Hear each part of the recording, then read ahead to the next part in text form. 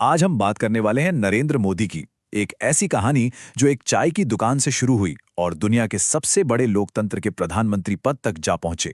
तो चलिए उनकी इस अविश्वसनीय यात्रा को थोड़ा और करीब से समझते हैं। ये एक ऐसा सवाल है ना, जो शायद बहुत लोगों के मन में आता होगा कि आखिर ये असाधारण सफर शुरू कहां से हुआ। चलिए कहानी के बिल्कुल जड़ों तक चलते हैं। तो कहानी की शुरुआत होती है पहले पड़ाव से, चाय की दुकान से।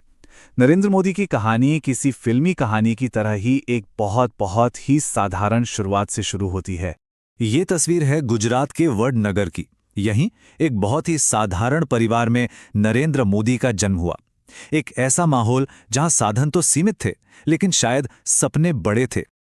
उनके बचपन में ना दो चीजें एक साथ चल रही थीं। एक तरफ वो अपने पिता की चाय की दुकान पर हाथ बटाते थे, जहां उन्होंने मेहनत और जिम्मेदारी का पहला पाठ सीखा, और दूसरी तरफ स्कूल के मंच पर वो एक जबरदस्त वक्ता थे।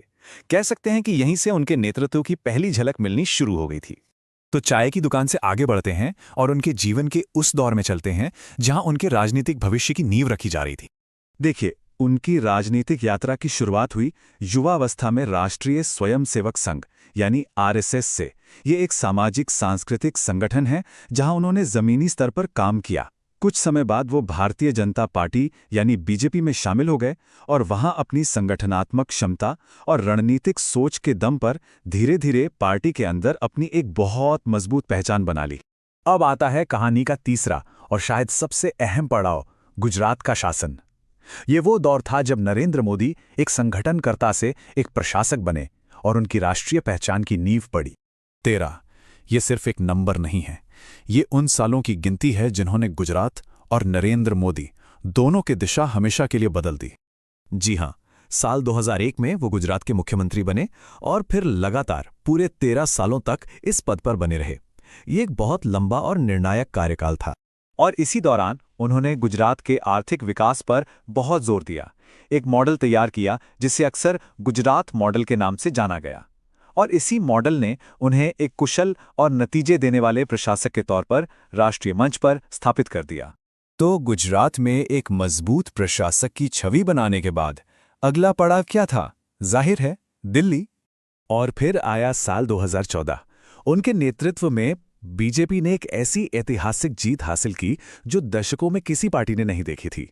26 मई को उन्होंने प्रधानमंत्री पद की शपथ ली। लेकिन कहानी यहीं नहीं रुकी। 2019 में उन्होंने इस जीत को और भी बड़े बहुमत के साथ दोहराया। तो प्रधानमंत्री बनने के बाद क्या हुआ? उन्होंने कई बड़े और कह सकते हैं बहुत ही परिवर्तनकारी फैसले लिए। चलिए उनमें से कुछ पर एक नजर डालते हैं। अच्छा, उनकी कुछ सबसे चर्चित योजनाओं की बात करें तो स्वच्छ भारत अभियान था, जिसका लक्ष्य देश को साफ सुथरा बनाना था।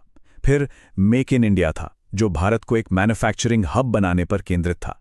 इसके अलावा दुनिया की सबसे बड़ी स्वास्थ्य बीमा योजना आयुष्मान भारत और जम्मू कश्मीर से अनुच्छेद 370 हटाने जैसे कुछ साहसिक फैसलों ने उनकी छवि को और भी मजबूती दी। तो ये पूरी यात्रा एक चाय की दुकान से लेकर प्रधानमंत्री कार्यालय तक, इससे हम क्या सीख सकते हैं? इसका सार क्या है? उनकी कहानी का सार शायद इस एक लाइन में छिपा है कि अगर मेहनत और इरादा मजबूत हो तो कोई भी व्यक्ति ऊंचाइयों तक पहुंच सकता है। ये बात दिखाती है कि शुरुआत कैसी भी क्यों ना हो, अगर इरादा पक्का हो तो मंजिल मिल ही जाती है। सोचिए, वडनगर की गलियों से निकलकर दिल्ली के रायसीना हिल तक का ये सफर।